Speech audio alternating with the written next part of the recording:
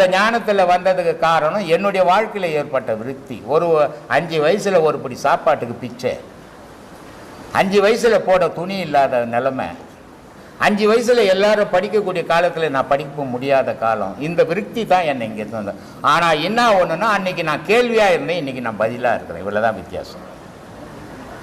அப்போது வாழ்க்கையினுடைய இந்த ஞானத்தை ஏன் தேடுறான் அப்படின்னா, இதில் என்ன கண்டோம்?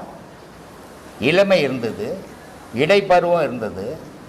இளமை இருக்கும்போது ஆஹா என்ன மாதிரி யாரும் இல்லைன்னும், இடைப்பருவம் இருக்கும்போது என்ன மாதிரி பலசாலி இல்லைன்னும், முதுமை வந்த உடனே நம்மளால் உட்கார முடியல, எழுந்துக்க முடியல. இது தேவையா?